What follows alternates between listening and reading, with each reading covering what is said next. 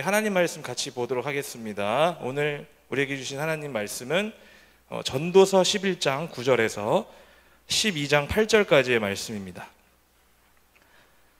전도서 11장 9절에서 12장 8절까지의 말씀, 우리 한 목소리로 다 같이 읽도록 하겠습니다.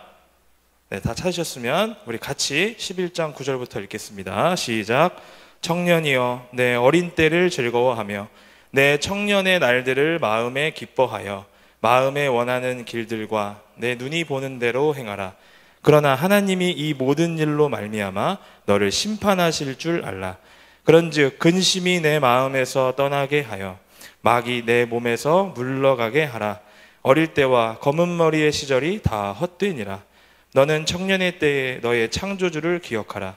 곧 곤고한 날이 이르기 전에, 나는 아무 낙이 없다고 할 해들이 가깝기 전에, 해와 빛과 달과 별들이 어둡기 전에, 비 뒤에 구름이 다시 일어나기 전에 그리하라.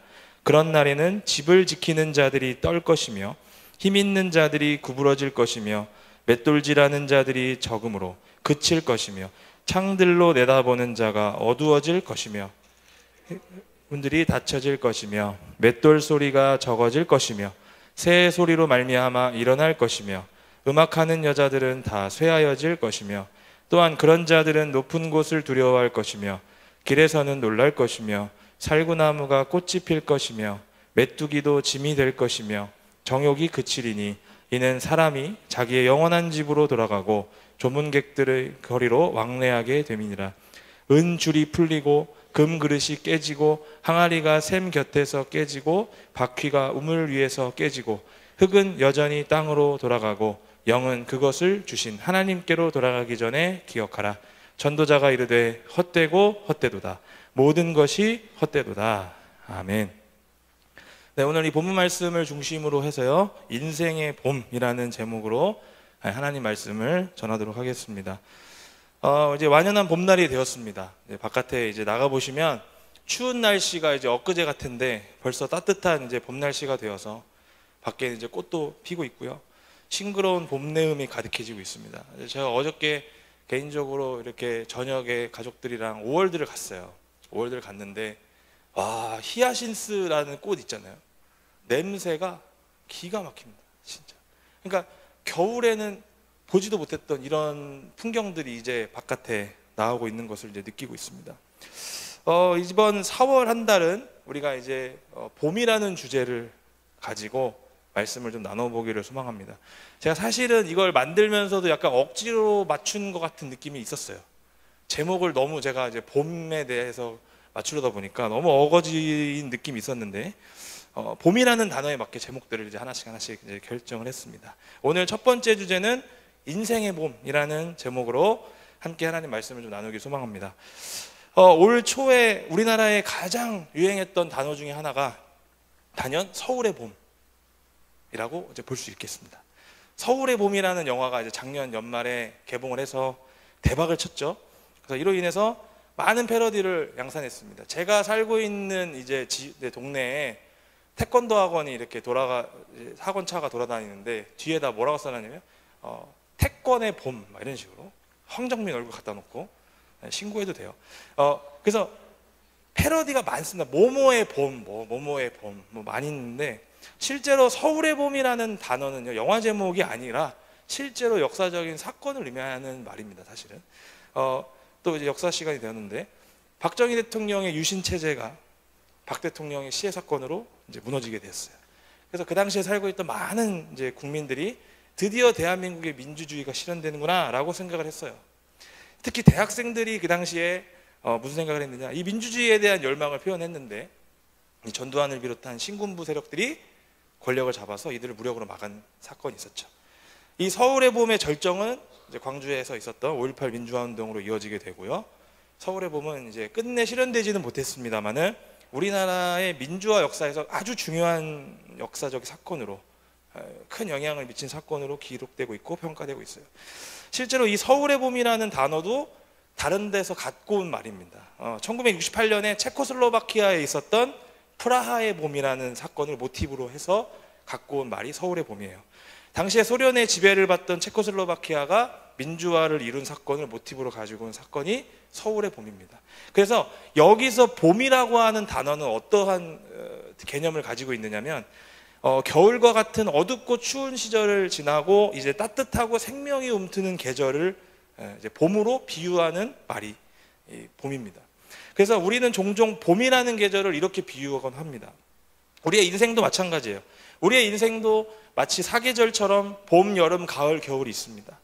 여러분이 지금 보내고 있는 이 청년 시기가 바로 인생의 봄이라고 볼 수 있습니다. 봄은요, 생명력이 움트는 계절입니다. 싹이 나고요, 또 바깥에 돌아다니면 씨앗들이 계속해서 날아다니면서 심겨지는 그런 현상들이 나타나야 하는 때이죠. 그래야 여름을 지나서 가을에 열매를 맺을 수 있기 때문에 이 봄에는 이 생명력이 움트는 듯한 환경들이 계속해서 조성이 됩니다. 자, 그렇다면 이렇게 봄을 보내고 있는 여러분들의 청년 시절은 어떻게 보내야 건강하게 보낼 수 있을까? 또 어떻게 보내야 이제 여름과 가을과 겨울 이런 다른 계절들을 맞이할 수 있는 힘이 우리 안에 생길 수 있을까? 오늘 본문을 중심으로 해서 함께 해답을 찾아보기를 원합니다. 자, 여러분들에게 또 질문 하나 하고 시작하겠습니다. 여러분들은 청년이라는 말을 떠올리면 가장 먼저 생각나는 장면이 무엇이 있습니까? 무엇이 있을까요? 저는 개인적으로요, 예전에 바카스 광고, 또 맥스웰 하우스 광고가 떠오릅니다. 딱 청년하면 딱 그게 떠올랐어요. 한 20년 전의 광고인데 이런 광고였어요. 병무청에서 시력 검사를 하는 장면이 나옵니다. 이렇게 숟가락으로, 숟가락인가요? 네. 비슷하게 생긴 거, 눈 가리는 거. 미리 외워놨다가 하나 착 하죠. 3, 4, 세 이렇게 하면서 뭐라고 그래요? 꼭 가고 싶습니다. 이렇게 하면서 이제 마무리가 돼요. 다 틀렸는데. 시력이 안 좋은데 군대를 가고 싶으니까 그 청년이 이렇게 외웠던 그런 이야기가 나오고, 또 맥스웰 하우스 광고 제가 오랜만에 다시 유튜브 통해서 봤더니 조인성이 등장합니다. 조인성 20대 때 모습이 나오는데 친구가 전화가 와요. 뭐라고 하느냐? 친구야, 너 너무 앞만 보고 사는 거 아니야? 이미 여기서 커피만 뚝 떨어지잖아요. 가끔은 뒤도 좀 돌아보고 그래. 막 이래 막. 근데 조인성이 잠깐 자전거 타고 가다가 어떤 나무 안에 손을 딱 집어넣었는데 캔커피가 딱. 그리고 뭐라고 하냐면 조인성이 짜식. 이래. 조인성이 짜식하면 멋있어. 오글거리지가 않아. 그러면서 Listen to my heart 이 노래 나오잖아요. 아무도 모르네. 네. 이렇게 끝나요. 그러니까 청년하면은 뭔가 좀 오글거리고 순수한 느낌, 이런 거, 이런 광고가 전 떠올라요. 20년 전에 젊은 층들에게는 이게 먹혔다라는 거죠. 요즘 청년들하고는 좀 다른 분위기인 것 같습니다. 요즘은 좀 상대적으로 청년을 떠올리면 좀 우울해요. 응원한다고는 하지만 여전히 청년들의 분위기는 전혀 응원하는 분위기를 체감을 못하는 것 같아요. 하지만 하나님은 다릅니다. 하나님은 옛날부터 지금까지 청년들에게 변함없이 계속해서 하나의 메시지를 전해주고 계셔요. 자, 그렇다면 우리가 성경에서 청년들에게 하고자 하는 메시지는 무엇인지 이제 오늘 말씀을 중심으로 해서 함께 나눠봅니다. 자, 오늘 본문 전도서 11장 중간 부분을부터 이제 우리가 이해하기 위해서는 전도서의 전체 주제를 함께 먼저 이해해 볼 필요가 있습니다. 자, 전도서의 핵심 주제는 어떻게 우리가 알 수 있느냐? 이 구절이라고 볼 수 있는데, 전도서 1장 1절에서 2절까지 말씀을 다 같이 한번 읽어보도록 하겠습니다. 시작. 다윗의 아들 예루살렘 왕 전도자의 말씀이라. 전도자가 이르되 헛되고 헛되며 헛되고 헛되니 모든 것이 헛되도다. 아멘. 자, 여러분, 여기서 말하는 다윗의 아들 예루살렘의 왕 전도자, 솔로몬 왕이죠. 이 솔로몬은요, 인생의 말년에 이 전도서를 기록합니다.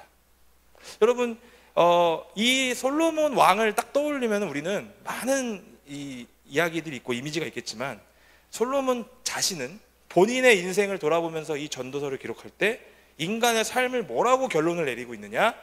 해 아래의 모든 것들은 헛되다라고 결론을 내려요. 전도서의 결론은 뭐냐면 헛되고 헛되며 헛되고 헛되니 모든 것이 헛되도다. 헛되다라는 말을 5번이나 이야기하면서 모든 것이 정리가 됩니다. 여기서 헛되다라는 단어는 히브리어로 헤벨이라는 단어를 사용합니다. 이 헤벨이라는 말은 원래 수증기를 뜻해요. 여러분 수증기 잡을 수 있어요? 수증기 못 잡습니다. 여러분 물이 팔팔 끓는 그 주전자에서 나오는 수증기를 여러분 잡을 수 있어요? 내 손에 쥐을 수 있습니까? 없어요. 우리의 인생은 이 수증기와 같다라는 개념이죠. 더구나 형체가 없어요. 그래서 보이지도 않습니다. 이 헤벨이라는 단어의 어원은 어디서 왔냐? 창세기 4장에 나오는 가인의 동생 아벨이라는 데서 나왔습니다. 이 아벨이라는 삶의 사람의 인생이 어떻습니까? 자녀도 없고요, 상속자도 없이 짧은 인생을 살다가 죽었죠. 아주 헛헛한 인생을 표현하는 단어가 이 헤벨이라는 말이죠. 그래서 전도서는요 12장의 분량을 가득 채우고 있는 말이 뭐냐면 다 헛되다라고 끝납니다. 이 말만 되풀이하다가 이야기를 마치게 되죠. 지혜로운 사람의 대명사로 꼽히는 솔로몬이 이런 이야기를 하니까 매우 놀랍습니다. 그 사람은요 세상적으로도 많은 것을 가졌습니다. 부인도 많았습니다. 돈도 많았어요. 자신의 위치가 왕이었습니다. 자기 위에 아무도 없었어요. 그런 사람이 그렇게 권력과 명예와 부와 지혜까지 모든 것을 가진 왕이 인생의 말년에 깨달은 것이 뭐였냐? 인생은 헛되다라고 결론에 놓이게 된다는 거예요. 인생이 뭐 없다라는 거예요. 덧없다, 헛되다라는 거예요. 자, 그래서 솔로몬의 결론은 무엇이냐? 해 아래의 모든 것들은 헛되기 때문에 우리가 삶에서 바라보아야 할 것은 무엇이냐? 해 아래가 아닌 해 위에 계신 하나님을 바라봐야 된다. 이게 결론이라는 거예요. 그래서 우리의 인생은 하나님께서 계신 곳을 계속해서 향해서 바라보면서 살아야 된다가 전도자의 결론입니다. 그래서일까요? 전도서의 마지막 부분을 어떻게 채우고 있느냐? 솔로몬은 특별히 인생을 한참 살아가고 있는 청년들에게 메시지를 전하면서 마무리를 합니다. 전도자가 인생을 살아보니까 이것만큼은 꼭 알려주고 싶은 어떤 유언의 성격을 갖고 있는 말씀이 오늘 본문에 등장하고 있어요. 자, 그리고 오늘 본문에 보시면은 청년이라는 단어가 등장합니다. 오늘 본문에 등장하는 이 청년은 무엇을 뜻하는가 하면 한 인간의 삶이 형성되는 어떤 단계를 의미하는 시기가 청년이다라고 우리가 정의를 할 수 있죠. 즉 지금 우리 청년들처럼 아직은 불안하고 미래가 잘 안 보이는 어떤 시기, 그리고 혹은 어떤 무엇인가를 이루기 위해서 계속해서 도전하고 있는 때를 의미하는 시기가 바로 오늘 본문에 등장하는 청년이라는 말이에요. 자, 그렇다면 우리는 이런 시기를 어떻게 보내야 할까요? 오늘 본문을 통해서 인생의 봄인 우리의 그 청년의 시기 가운데 품어야 할 것들은 무엇인지 두 가지로 나누어서 함께 말씀을 살펴보도록 하겠습니다. 먼저 첫 번째, 청년의 시기는 즐거움과 함께 경각심을 함께 가져야 한다. 우리는 이걸 기억해야 됩니다. 자, 오늘 본문 11장 9절에서 10절까지의 말씀 우리 다 같이 한번 읽어보도록 하겠습니다. 시작. 청년이여, 내 어린 때를 즐거워하며 내 청년의 날들을 마음에 기뻐하여 마음에 원하는 길들과 내 눈이 보는 대로 행하라. 그러나 하나님이 이 모든 일로 말미암아 너를 심판하실 줄 알라. 그런즉 근심이 내 마음에서 떠나게 하며 악이 내 몸에서 물러가게 하라. 어릴 때와 검은 머리의 시절이 다 헛되니라. 아멘. 자, 오늘 본문 9절 말씀해 보시면 청년에게 뭐라고 먼저 이야기하느냐? 네 어린 때를 즐거워하고 네 청년의 날들을 마음에 기뻐하여 마음에 원하는 길들과 내 눈이 보는 대로 행하라. 이렇게 먼저 이야기를 합니다. 자, 여기서 네 어린 때를 즐거워하고 네 청년의 날들을 마음에 기뻐하라는 것은 뭐냐? 청년 시절을 기뻐하고 즐거워하라는 이야기입니다. 자, 여러분은 지금 자신들이 살아가고 있는 이 시간들을 즐거워하고 기뻐하며 살아가고 있습니까? 그냥 지나가는 말로 물어보는 게 아니라 정말로 여러분들의 시간은 다시 돌아오지 않습니다. 그래서 이 시기를 여러분들은 정말 마음을 다해서 즐거워하고 기뻐해야 됩니다. 성경에서 청년 시기에 대한 말씀으로 총 몇 군데? 3군데에 등장하는데 첫 번째가 오늘 본문 11장, 그리고 두 번째가 12장, 그리고 시편 110편에 우리가 잘 아는 새벽 이슬 같은 주의 청년들이라는 주제로 다윗이 쓴 이 시편에 등장해요. 총 3군데 등장합니다. 자, 여기서 말하는 청년은 모두 일생일대의 가장 귀한 시기, 그리고 선택된 때를 의미하는 말로 사용되었어요. 그러니까 보이지 않는 미래에 대한 걱정을 벗어버리고 현재 주어져 있는 순수한 기쁨들을 누리라라는 의미가 담겨져 있는 시기가 바로 청년의 시기예요. 마치 오염되지 않고 산천초목을 소생케 하는 듯한 그런 시절, 그러니까 살릴 수 있고 일어날 수 있고 다시금 회복될 수 있는 그런 시절로 묘사되는 때가 언제냐면 청년이라는 거예요. 전도자는요, 이 시기에 있는 청년들에게 이렇게 권면합니다. 마음에 원하는 길들과 네 눈이 보는 대로 행하라, 이렇게 얘기합니다. 마치 이 말은요, 육신의 생각과 마음을 쫓아서 네 쾌락을 즐기라고 하는 것처럼 느껴질지 모르겠습니다. 하지만 그렇지 않아요. 왜 그렇습니까? 하나님의 은혜 안에서 허락된 대로 인생에 대한 긍정적인 생각을 가지고 즐기라고 하는 어떤 절제되어 있는 표현이 함축되어 있다는 것을 알 수 있죠. 그래서 여러분, 청년의 때는요, 하나님으로부터 주어진 것들을 통해서 충분히 인생을 만들어갈 수 있는 시기가 바로 청년 시기예요. 따라서 청년들에게 가장 먼저 필요한 마음은 무엇이냐? 먼저 여러분들이 갖고 있는 지금 이 시간을 귀하게 여길 수 있어야 됩니다. 그리고 즐길 수 있어야 되고요, 기쁨으로 만들어갈 수 있어야 됩니다. 여러분들의 시기를 즐기시기 바랍니다. 여러분, 기뻐하십시오. 여러분들 시간 좀만 지나면 어떻습니까? 우리가 보통 이렇게 말을 합니다. 야, 네 때가 좋은 거야. 내가 네 나이였으면 100번도 더 하겠다. 이런 말 많이 듣고 해보시지 않았습니까? 요즘 젊곤이라고 하는 말이 있을 정도로 이런 이야기들이 흔합니다. 여러분, 20대 초반이 되면 청소년들이 부러워요. 야, 어떻게 저렇게 화장도 안 했는데 피부가 좋냐? 20대 중반이 되면 20대 초반인 친구들이 부럽습니다. 야, 대학 다니고 싶다. 그리고요, 심지어 제가 대학교 2학년이 1학년한테 너 때는 좋은 거야 라고 이야기하는 것까지 봤어요. 뭘 웃어, 니네 다 해봤잖아. 30대에 들어간 청년들은 20대 후반 친구들을 보면서 야, 너 열심히 해야 돼. 네 때가 한창이야. 너도 그래, 너도. 30대 초반 너네들도 똑같아. 저 웃기지 않습니까? 지금 자신의 나이를 즐거워하지 못한다는 이야기예요. 무슨 말이에요? 내가 지금 현재가 과거의 너 때가 더 좋았어. 그걸 지금 깨닫고 있어. 그러니까 너 좋은 때야. 지금 나는 행복하지 않다는 거예요. 여러분, 현재를 즐거워하고 기뻐해야 됩니다. 이게 하나님께서 우리에게 허락하신 우리의 청년의 시기를 즐기는 방법입니다. 그것이 하나님께서 우리에게 주신 청년의 시기를 잘 보내는 방법 중에 첫 번째, 지금 내게 주어진 시간들, 환경들, 모든 것들을 즐기고 기뻐해야 된다는 거예요. 여러분, 다른 사람의 시기를 부러워하지 마십시오. 조금 티 같은 발언이지만 어차피 못 돌아갑니다. 그리고 돌아간다 해도 여러분들 바뀌지 않습니다. 똑같이 살아요. 제가 10년 전으로 돌아간다고 해서 10년 전에 잘 살까요? 아니요. 전 똑같을 것 같아요. 지금이 좋아요. 그땐 결혼도 못했거든요. 사람은 안 바뀝니다. 어차피 그 시절로 돌아간다 해도 똑같을 거예요. 따라서 우리는 지금 이 시기, 여러분의 각자의 시절을 즐거워하고 기뻐해야 됩니다. 자, 그리고 각자의 시기를 보내는 가운데, 즐기는 가운데 어떻게 보내야 되느냐? 방법적인 이야기예요. 자신의 욕심으로 채워가려고 하면 문제가 생겨요. 그래서 오늘 본문에서는 이 청년의 시기를 잘 보낼 수 있는 방법으로 너가 즐기고 네 마음에 하는 대로 행하고 보는 대로 행하라 하지만, 그러나 라고 하면서 경각심을 다시 한번 가지게 합니다. 바로 하나님께서 너를 심판하실 것을 알라 라고 말씀하십니다. 내가 보는 거, 내가 하는 거, 내가 나아가고자 하는 거 모두 다 자유가 아니라 자율이라는 것을 우리는 기억해야 돼요.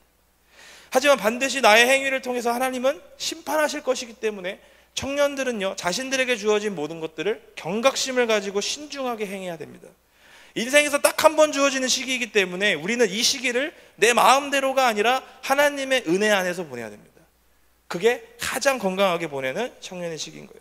내가 하고자 하는 거, 내가 되고자 하는 것이, 내가 누리고자 하는 것이 나의 유익과 만족을 위해서가 아닌지, 아니면 하나님께서 내게 허락하신 인생을 만들어가기 위한 것들인지를 우리는 날마다 생각하면서 나아가야 됩니다.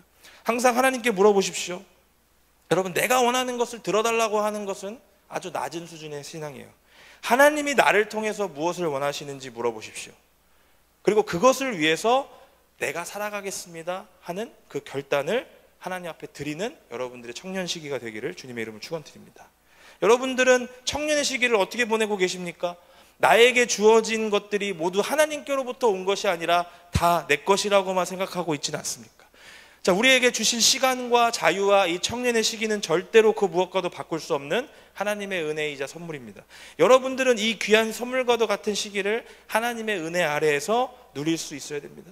우리는 가끔 10절 말씀처럼 이렇게 생각할 때가 있어요. 근심에 빠질 때가 있어요.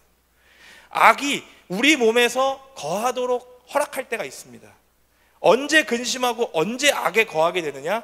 세상이 주는 논리로 인해서 우리가 노출될 때 우리는 근심하고 그 근심으로 말미암아 우리 육체 가운데 악을 행하는 계기가 돼요. 여러분, 인스타 같은 SNS 자주 하시죠? 네. 인스타가 우리에게 주는 근심은 뭐예요? 비교의식과 열등감. 이걸 우리에게 가장 많이 심어줘요. 여러분, 인스타에 자신의 연약함이나 치부를 드러내는 사람 봤습니까? 여러분, 스토리에 나 병 걸렸어, 난 안 돼, 난 부족해. 아, 주변에 있나 보네요. 네. 전 못 봤어요. 다 자랑거리나 내가 남보다 나은 것들을 올리는 데 사용하는 게 뭐예요? 인스타. 그래서 뭐예요? 나 여기 갔다 왔어, 나 누구랑 갔다 왔어, 나 누구 보고 왔어. 그게 다 인스타에 올라오는 이야기, 주로 게시물이 그래요.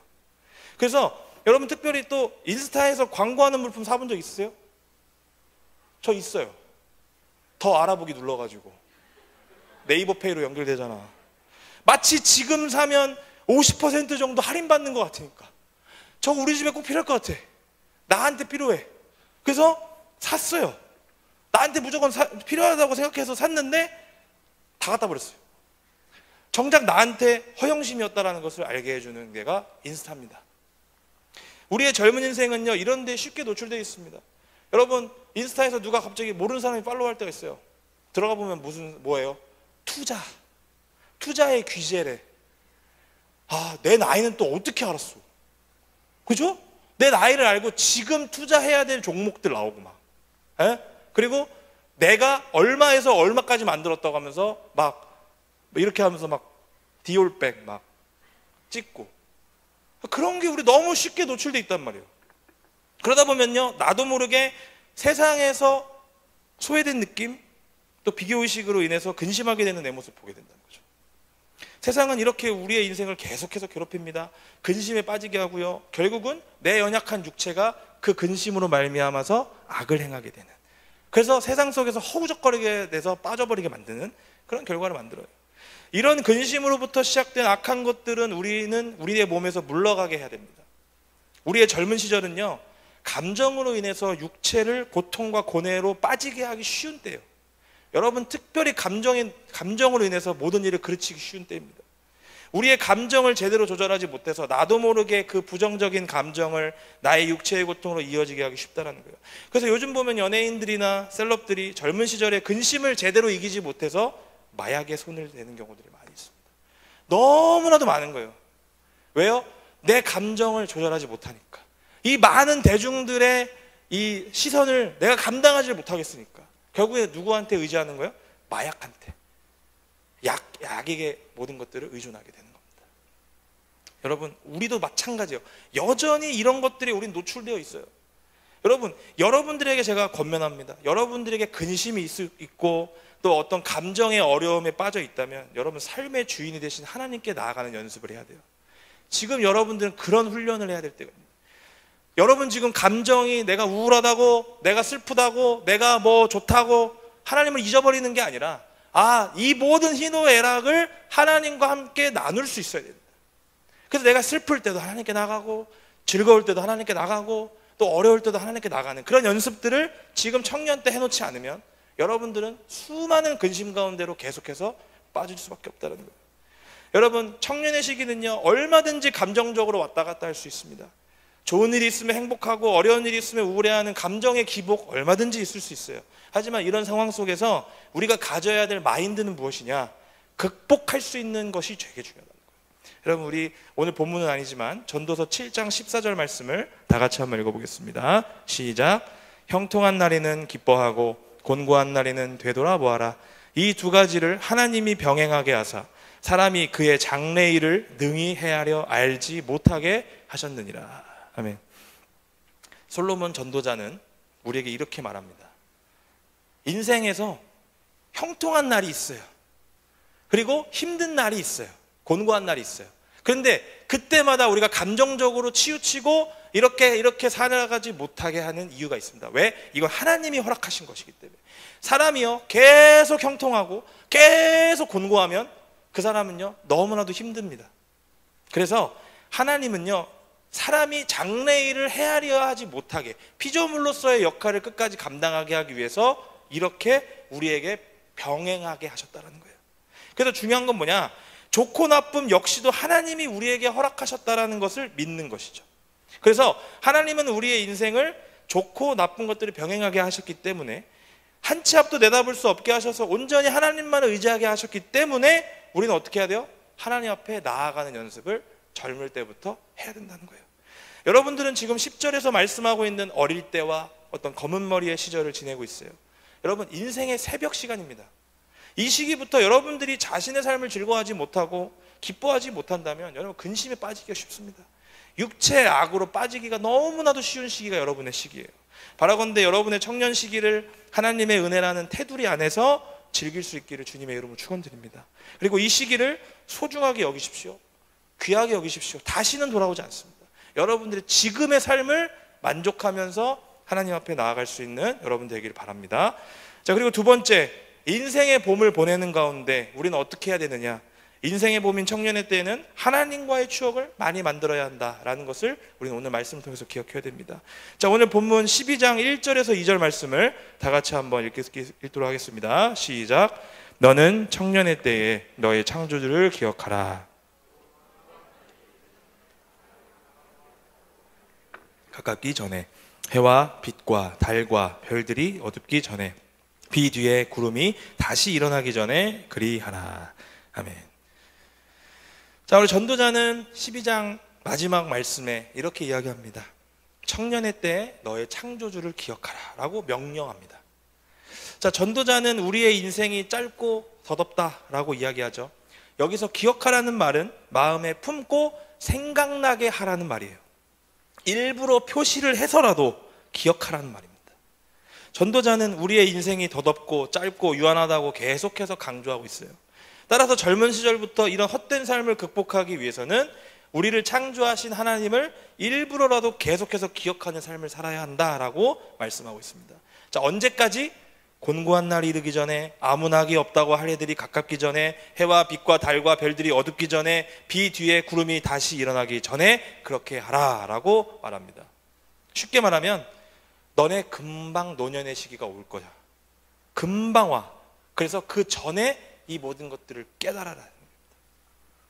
여러분, 인생의 봄인 이 청년의 시기에는요, 하나님과의 추억을 개인적으로 많이 만들어야 되는 때입니다. 사실상 인생에서 하나님과 관계를 만들 수 있는 마지노선의 시기가 언제냐? 여러분들의 시기입니다. 왜 그런가 하면 사람은요, 나이를 먹으면서 점점 생각이 굳어져요. 자기의 생각도 굳어지고요, 삶의 패턴도 굳어지고요, 신앙도 역시 굳어집니다.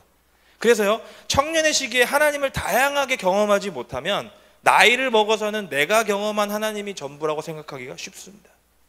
물론 나이를 먹어서도 마찬가지예요. 하나님께 돌아오고 신앙을 열심히 붙잡는 분들도 계셔요. 하지만 그분들도 대부분 후회하시는 게 뭐냐? 젊을 때부터 하나님을 믿고 신앙을 붙잡았더라면 좋았을 걸 하면서 아쉽다고 이야기합니다. 그만큼 청년의 때에 하나님을 알고 신앙생활을 열심히 할 수 있다는 사실 자체는 매우 중요한 사실입니다. 청년의 때는요, 매우 불안정한 때라고 했습니다. 그래서 이 불안하고 힘든 시기를 하나님과 함께 걸으면서 보내면 우리의 삶에는 많은 추억들이 쌓이게 돼요. 여러분, 이성 친구와 같이 사귀면서 이 동네 저 동네 구경을 가도 헤어졌을 때 내가 나중에 그 동네 갔을 때 또 그 사람과의 추억이 생각나지 않습니까? 아, 저때 저기서 뽀뽀했지, 저때 저기서 손잡았지, 다 알아요. 근데 하물며 하나님과의 추억을 보내는 가운데 내가 하나님과 만났던 곳곳의 장소들이 기억나고 또 하나님과에 있었던 추억들이 기억나면 여러분, 내 인생의 여름과 가을과 겨울 넉넉하게 따뜻하게 보낼 수 있다는 거예요. 그 안에서 열매가 맺어질 수 있다는 겁니다. 그래서 우리는요, 그 추억으로 인해서 앞으로 걸어갈 인생의 그런 나머지의 계절들을 잘 보낼 수 있는 겁니다. 이렇게 힘든 시기에 하나님이 나를 붙잡아 주셨었는데 이거 하나 못하겠나 하는 담대함도 생기게 되고요. 여러분들의 그 힘든 취업도 결혼도 그때 그렇게 나를 이끌어 주셨는데 그때 그 하나님이 변함없이 나를 이끌어 주시겠지 하는 확신이 생기는 겁니다. 그런 믿음 가운데 우리가 담대해질 수 있다는 거예요. 언제? 우리의 인생의 후반전에 들어갔을 때. 여러분, 신앙은요, 관계라는 사실을 항상 기억하시기 바랍니다. 하나님과의 관계 속에서 올바른 관계를 맺고 그 안에서 여러분 많은 추억을 남겨야 됩니다. 마치 우리가 사진첩을 돌아보면서 그때 그 감정, 그때 그 일들을 기억해내듯이 하나님과의 추억을 계속해서 우리는 만들어내야 돼요. 사랑하는 우리 청년 여러분, 인생의 봄을 보내고 있는 여러분들에게 제가 권면하겠습니다. 우리 대한민국의 또 다른 별명이 있죠. 그 이름하여 헬조선입니다. 여러분, 점점 더 살아가기 어렵습니다. 우리 사회가 너무 병들어 있어요. 특히나 미래의 주역이 될 우리 청년들은 살기가 너무 어렵고요. 앞길이 점점 더 막막해지고 있어요. 그런데 여러분 그거 아세요? 100년 전에 살아가던 청년들도 그랬습니다. 우리 50년 전의 청년들도 그랬어요. 우리 X세대였던 40, 50대 기성세대들도 그랬습니다. 청년 시절을 그렇게 안 보낸 세대가 없어요. 다 힘듭니다. 각자 세대마다 다 어렵고 막막했고 헬조선이었어요. 여러분들도 살기 어려운 것처럼 앞으로 여러분이 살아갈 사회는 더 힘들 겁니다. 제가 저주하는 게 아니라 사실입니다. 그러면 여러분들이 살아갈 이 세상이 더 어려워질 텐데 우리는 어떤 마음으로 살아가야 되느냐? 결국 이것을 대처하고 받아들이는 내 마음이 달라져야 된다는 거예요. 이렇게 힘든 시기를 보내는 청년의 때에 우리는 우리의 시기를 즐거워하면서 이 시기가 좋은 때임을 기억해야 돼요. 나이를 먹는 어른들이 여러분들을 보면서 이렇게 이야기합니다. 야, 참 좋을 때다. 내가 너희 같으면 무슨 일을 못하겠냐. 이렇게 말씀하세요. 맞는 말입니다. 이분들도 청년 시절을 보내면서 그때가 좋은지 몰랐던 거예요. 그래서 지나고 나서 보니까 청년의 때가 힘들었고 어려웠어도 참 좋고 즐거웠다는 것을 나중에 깨달은 겁니다. 그래서 그렇게 말을 하는 거예요. 물론 여러분들은 지금 이 말이 와닿지 않을 수 있죠. 내 인생에서 지금만큼 힘든 적이 없었다고 생각할 수 있습니다. 하지만 여러분, 지금 여러분의 시기를 즐거워해야 됩니다. 우리 30대 청년들 20대가 부러우시죠? 20대 중반은 20대 초반이 부러우시죠? 부러워하는 것은 잠깐만 하시고 지금 여러분들의 시기를 즐거워하시고 감사하십시오. 그럼 지금 내가 살아가고 있는 이 시기가 가장 행복한 시기라는 사실을 여러분 기억하시면서 살아야 됩니다. 여러분들이 누리고 있는 지금 이 시간은요, 다시는 오지 않아요. 하나님의 은혜 아래에서 여러분들이 즐길 수 있는 것들은 즐기시고 자유롭게 할 수 있는 것들은 누리십시오. 지금 나의 시기를 즐기며 기뻐하는 것이 해 아래에서 헛되게 살지 않는 방법이에요. 그게 인생의 봄입니다. 그리고 여러분, 하나님과의 추억을 많이 쌓으시기 바랍니다. 내가 기도하며 응답받았던 것들, 내가 하나님과 동행하며 쌓은 이야기들, 하나님 말씀으로 울고 웃고 했던 것들 하나하나 다 쌓아놓고 여러분의 앞으로의 인생들의 계절들을 맞이할 수 있길 바랍니다. 그래서 인생에서 힘들 때, 포기하고 싶을 때, 좌절하게 될 때 청년의 때를 기억하면서 이겨낼 수 있는 그런 신앙이 되기를 바랍니다. 여러분, 청년의 때 하나님과의 관계가 제대로 형성이 되지 않으면 나중에 하나님을 오해할 수밖에 없어요. 따라서 그 관계가 지금 형성되지 않으면 더 나아가서 나이가 들었을 때 하나님보다 다른 것들을 의지하기가 쉽습니다. 조금만 어려움이 생기면 방황하게 되죠. 여러분, 곤고한 날이 이르기 전에, 아무 낙이 없다고 할 해들이 가깝기 전에 여러분들의 삶을 하나님께 맡기고 드리시기 바랍니다. 그게 유일한 삶의 이유가 되고요. 그게 유일한 하나님의 그 청년의 시기를 잘 보낼 수 있는 방법이 됩니다. 여러분들의 인생의 봄을 하나님과 함께 보내면서 추억을 쌓기를 응원하고요. 주님의 이름으로 기원합니다.